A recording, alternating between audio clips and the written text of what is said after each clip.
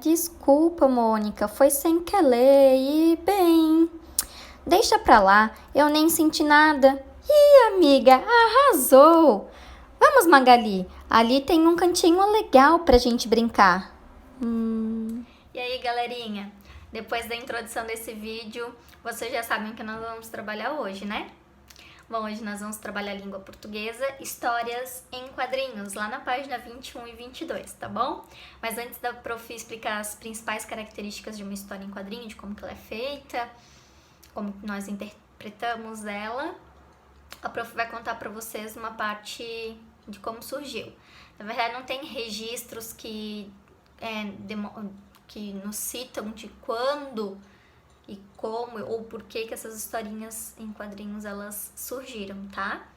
Mas nós sabemos que a partir de 1895 ela virou um gênero textual.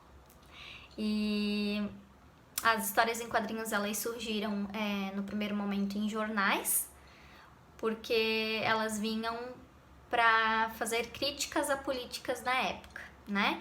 Então elas eram feitas para isso em jornais. Hoje, a gente vê história em quadrinho impresso nos gibis, ou a gente também vê na internet, né? Hoje já não é tão comum a gente ver nos jornais, porque nem todo mundo hoje pega o jornal impresso nas mãos, geralmente lê na internet, né?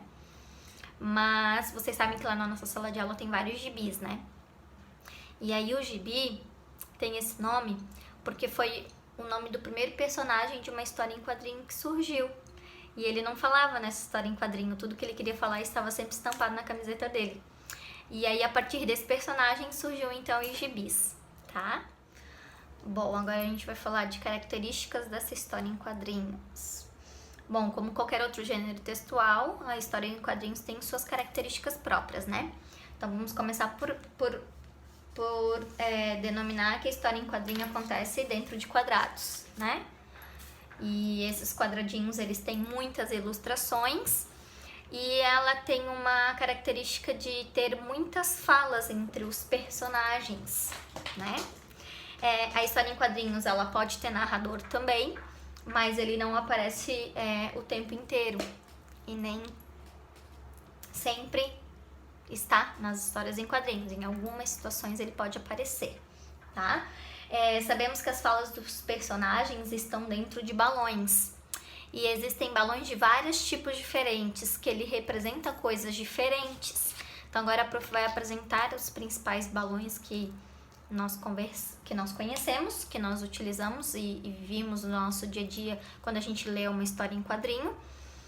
E também a Prof vai falar das onomatopeias, que são os sons que existem nessas histórias em quadrinhos, tá? Então, vamos lá no primeiro balão. Esse primeiro balão, tá? É o balão de conversa individual. Então, vocês podem ver que ele é um círculo e aqui tem essa flechinha que puxa embaixo, que geralmente aponta para quem está falando. Esse aqui é um balão individual, apenas uma pessoa fala. Mas também temos o balão que pode ter mais de uma pessoa falando ao mesmo tempo, então vai ter apontando para vários personagens, caso seja mais de um personagem falando, tá? Então esses aqui são os balões de conversa. Também temos os balões do pensamento, tá? O balão de pensamento, ele já é em nuvenzinha e ele tem essas bolinhas. Mostra quando a pessoa tá pensando. Às vezes pode aparecer aqui alguns desenhos de ponto de interrogação ou exclamação, porque a pessoa ainda tá pensando sobre algo que foi falado para ela. Então esse aqui é o balãozinho do pensamento. Temos um outro balão, que é o balão do cochicho, quando alguém tá cochichando bem baixinho com outra pessoa. Ele é um balão de conversa, mas ele tem esses pontilhados aqui ao redor, estão vendo? Então quer dizer que a pessoa tá cochichando, tá falando bem baixinho com outra pessoa, para que ninguém escute ela. Então quando aparecer esse balão na história em quadrinho, a gente sabe que é o balão do cochicho. Temos também o balão do susto, que é esse tipo de balão aqui, ó, que ele é todo cheio de pontas. e do susto, da surpresa, tá? E ele aparece assim quando a gente recebe uma notícia e a gente fica surpreso com alguma coisa, ou a gente leva um susto que alguém tentou assustar a gente, alguma coisa assim. É esse tipo de balãozinho que vai aparecer. Bom, lembram que a prof falou que algumas histórias em quadrinhos tem narrador? Então, esse aqui é o balão do narrador. Esse balãozinho aqui, ele demonstra, ele vem falar quando ocorre alguma coisa, ou quando algum tempo passa, e aí é o narrador que diz. Então, às vezes ele fica lá no cantinho da tela, quadradinho assim, ó, exatamente desse jeito, no cantinho. Aí é que a prof escreveu, uma semana depois, quer dizer que o narrador veio só passar uma informação rápida, e aí os personagens já voltam a falar. Temos também um outro tipo de balão, a gente não vê sempre, mas pode acontecer da gente ver, que é o balão do choro. Pode ver que a prof tentou fazer aqui umas lagrimazinhas, mas eu não sou muito boa em desenhos, mas é mais ou menos assim. E aqui tem o buá, que é uma onomatopeia de quando a gente chora, que é um barulho, né? O som de quando nós choramos. Aqui tá o balão, então, do choro, que ele é um balãozinho como se fosse do pensamento, mas chorando junto. Temos também um balão que não aparece sempre, mas ele é muito interessante, que é o balão da pessoa quando ela tá cantando ou quando ela tá ouvindo uma música. É esse balãozinho aqui cheio de curvinhas, de ondinhas, e aí geralmente aparecem notas musicais aqui dentro. Então a gente sabe que a pessoa tá cantarolando por aí. O personagem está cantando para alguém ou até sozinho, se divertindo. Tem um outro balão que ele é muito interessante, gente, que é o balão... Ele é todo preto, tá? Que significa quando a pessoa está muito brava, quando ela vai falar coisas feias, e aí a gente não pode ler, né, coisas feias, então aparece esse balão todo preto, tá? E lembram que lá no começo do vídeo a prof falou pra vocês da onomatopeias?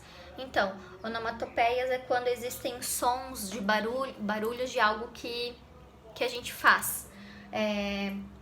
Por exemplo, aqui a prof trouxe o BUM. O som de quando tá lá numa história em quadrinho e, por exemplo, tem uma criança andando de bicicleta e ela bate no lixo, né? Nas latas de lixo, faz BUM! Então vai aparecer em palavras o som. Isso é onomatopeias, tá bom? Existem outras, até na própria tirinha que aparece na nossa apostila, tem o gato com o controle remoto na mão e aparece assim, ó, tic, clique, que é o barulho dele mexendo no controle remoto. Então, isso é uma outra onomatopeia, clique. Vai aparecer o nomezinho e a gente vai saber que esse nomezinho que aparece ali é que ele tá mexendo no controle remoto, é o barulho do controle remoto. Bom, então depois dessa explicação para vocês, eu acho que vocês estão super preparados para criar uma história em quadrinhos, mas antes disso,